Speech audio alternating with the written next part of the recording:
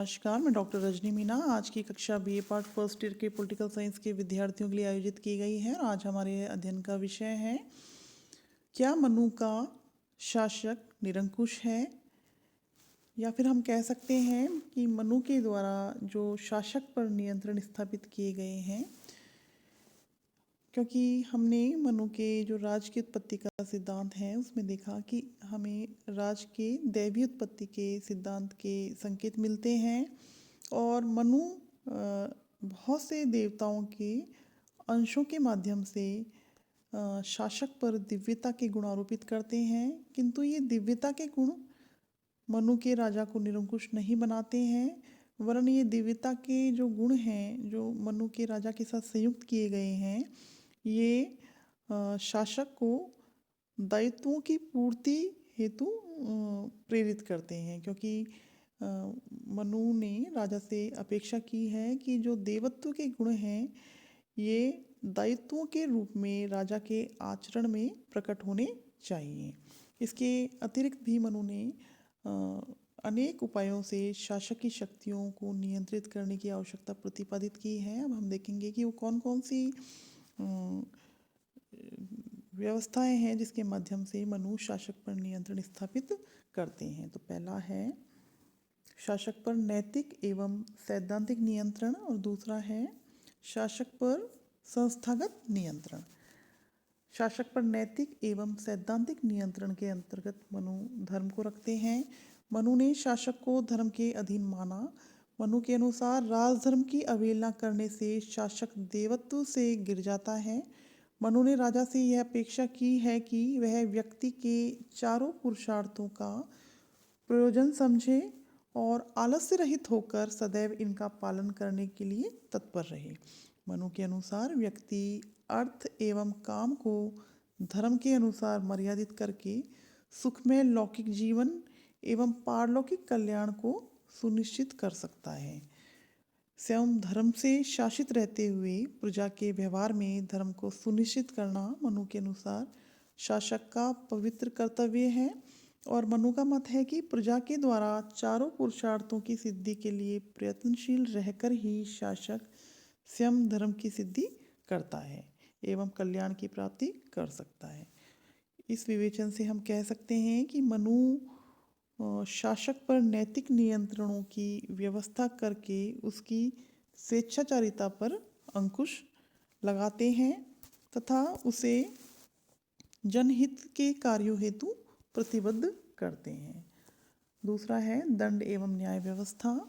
मनुस्मृति में दंड के महत्व का प्रतिपादन करते हुए यह भी स्पष्ट किया गया है कि राजा द्वारा इसका प्रयोग स्वार्थ सिद्धि हेतु नहीं किया जा सकता। मनुस्मृति में शासक को कठोर चेतावनी दी गई है कि यदि शासक दंड का उचित रीति से प्रयोग नहीं करता तो वह दंड के द्वारा ही नष्ट कर दिया जाता है। क्योंकि मनुस्मृति में यह भी उल्लेखित है कि अपराध के अनुरूप दिया गया दंड प्रजा को स्वधर्म हेतु प्रेरित करता है, जबकि अविवेकपूर्ण रीति से दिया गया दंड शासक को बांधों सहित ही नष्ट कर देता है। अब हम देखेंगे कि मनु ने शासक पर संस्थागत नियंत्रण के अंतर्गत किन किन बातों को सम्मिलित किया है। हमने मनु के जो राज के सप्तांग सिद्धांत के अंतर्गत देखा कि राजा की जो शक्ति है, राजसत्ता का जो प्रयोग है वो राजा अकेला नहीं कर सकता, वरन राजा की यह शक्ति संस्थागत है। और मनुस्मृति में शासक के लिए मंत्रियों एवं अन्य शासकीय अभिकरणों से मंत्रणा करना आवश्यक माना गया है। मनु ने दूसरे राज्यों में दूत भेजे गए दूतों पर निगाह रखने, दूसरे दूतों की नियुक्ति आदि विषयों पर मंत्रियों से मंत्रणा किया जाना आवश्यक माना है। मंत्रणा की अनिवार्यता के माध्यम से मनु ने शासक के अधिकारों को प्रतिबंधित किया है। मनुस्मृति में स्थानीय प्रशासन के संदर्भ में भी शासक को असीमित अधिकार नहीं दिए गए हैं, वरन इस संबंध में मनु एक निश्चित व्यवस्था का प्रतिपादन करते हैं और उसके संपादन हेतु अध्यक्षों एवं मंत्रियों की नियुक्ति पर बल देते हैं। मनु ने राष्ट्र के प्रशासन के लिए इसका छोटी छोटी इकाइयों में विभाजन किए जाने तथा शासकीय शक्ति का विकेंद्रीकरण किए जाने की बात कही है। मनु की मान्यता है कि शासन की शक्तियों एवं कर्तव्यों के विकेंद्रीकरण के माध्यम से शासक की निरंकुशता पर अंकुश रखा जा सकता है। कर व्यवस्था के संबंध में भी निश्चित प्रणाली एवं नियमों का प्रतिपादन मनु द्वारा किया गया है। राजा को परामर्श दिया है कि वह अपनी प्रजा से न्यायपूर्वक करों की प्राप्ति करे। मनुस्मृति में कराधान की शासक की शक्ति को नियमों के अधीन माना गया है, जो कि शासक की निरंकुशता को प्रतिबंधित करते हैं। इस प्रकार मनु ने शासक को अनेक प्रकार के नियंत्रणों के अधीन रखा है।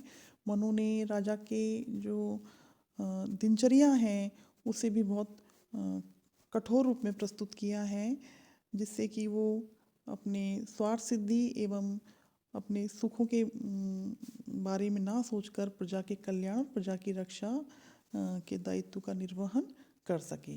इस प्रकार हम कह सकते हैं कि मनु का जो राजा है वो निरंकुश नहीं है, वरन वो बहुत सी संस्थाओं के और नैतिक नियमों के अधीन है और उसका प्रमुख कर्तव्य है प्रजा का कल्याण और प्रजा की रक्षा करना। आज की कक्षा यहीं तक। धन्यवाद।